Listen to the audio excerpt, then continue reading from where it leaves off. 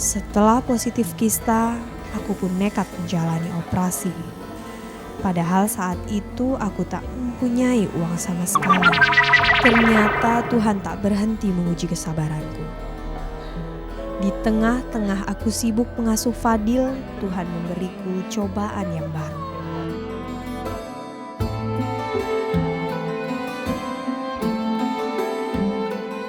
Saya kena kista itu ya, bisa jadi juga saya kelelahan karena terlalu banyak mengajar.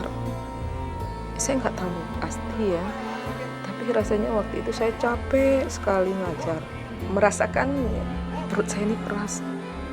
Apakah saya kurang olahraga juga saya nggak tahu ya. Tapi waktu saya ke rumah sakit Jamil, mereka mengatakan saya tidak apa-apa.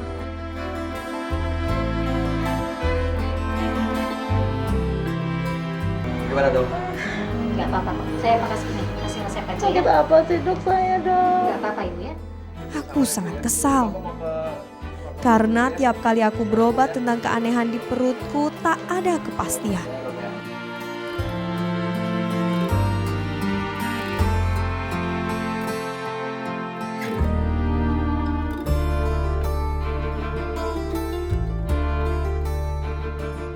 Hingga akhirnya aku pun mencoba berobat ke orang pintar. Tapi hasilnya Ada keganjilan nggak? Dari sana, dari cerita orang pandai ke orang pandai itulah akhirnya perut saya menjadi besar sekali.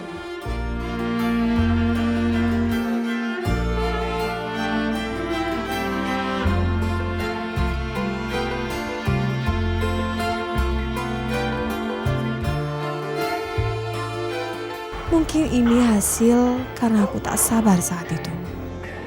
Dan keadaanku semakin parah.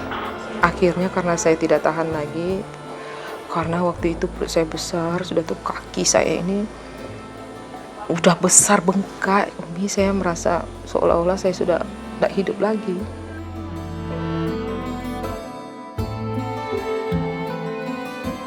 Setelah positif kista, aku pun nekat menjalani operasi. Padahal saat itu aku tak mempunyai uang sama sekali. Apalagi aku memikirkan Fadil. Aku merasa harus bertahan demi Fadil.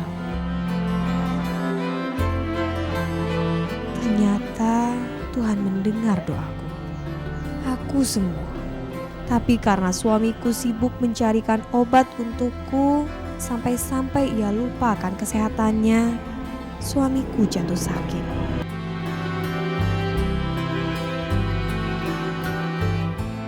Bu! Bu! Aduh! Bu!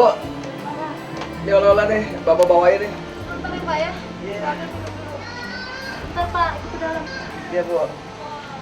Kita Bu ya. Iya Pak. Bu!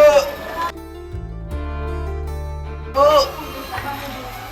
Gak ada Bapak udah gak kuat Ibu, aduh.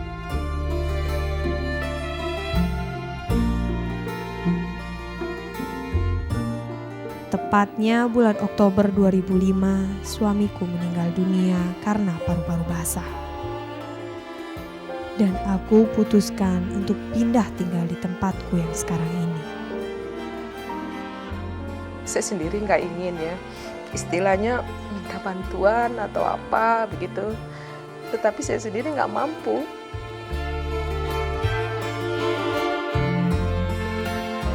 Sekarang aku harus berjuang sendiri buat Fadil. Bahkan aku tak putus-putusnya mencoba mengajukan untuk mengurus surat miskin ke pemerintah. Tapi hasilnya tak mengembirakan. Saya sendiri juga bingung dengan minta bantuan kepada pemerintah. Saya lihatkan foto Fadil. Jawabnya kayak gini, ini urusan kami Bu. Jawaban yang sangat menghentakkan hatiku saat itu.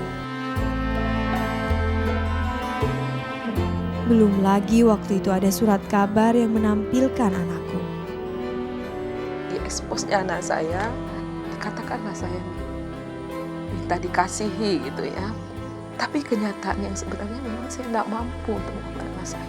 Apakah saya jadi pertanyaan nih pada pemirsa. Apakah saya harus minta bantuan pada orang-orang yang mempunyai rezeki lebih? Dalam hati kecil saya ingin berusaha sendiri, tapi saya tidak mau. Aku berharap bisa mengobati anakku. Aku berharap ada sumbangan dari dermawan untuknya.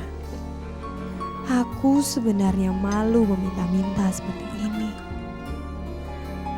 Ketidakmampuanku ini kujadikan api bagi semangatku yang hampir pupus. Aku berjuang bertahan dengan gaji seorang guru honorer. Aku harus terus berjuang demi buah hatiku, Fadil.